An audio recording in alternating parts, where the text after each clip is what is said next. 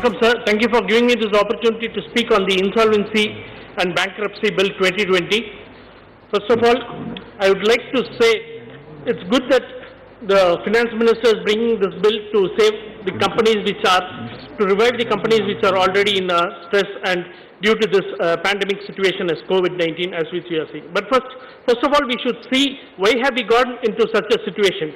The situation has arisen because of the improper planning of this government, which was seen right from the lockdown of March 24th. March 24th, what happened? There were cases just in few hundreds, and what was the decision taken by this government? The decision taken by this government was to put a complete lockdown without even giving a space for migrant laborers to have a chance for them to go back to their places.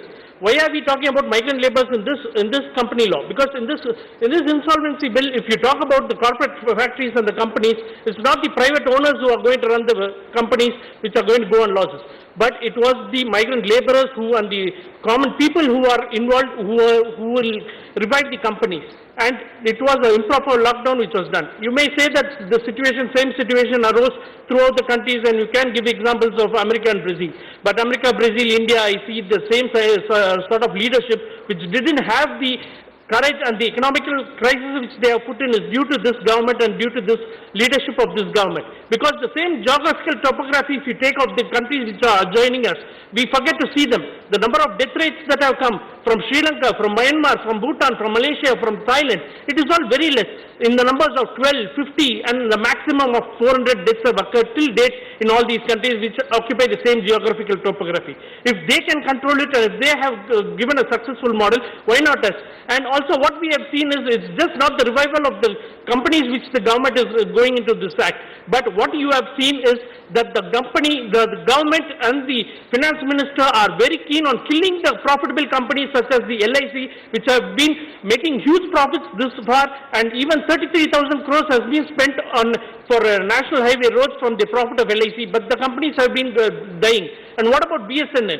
So it is the bankruptcy insolvency bill which you have brought for reviving the companies. It should also be extended to the profitable making companies as BSNL of not laying off the shares of the staff of LIC and of the BSNL, and take into account of the consideration of all the employees. And we are giving special importance only for the companies. What about the next taxi driver who lives next to my house? What about the tailor? What about the local people, lay people and the unemployed people who have lost their jobs in thousands and thousands and thousands?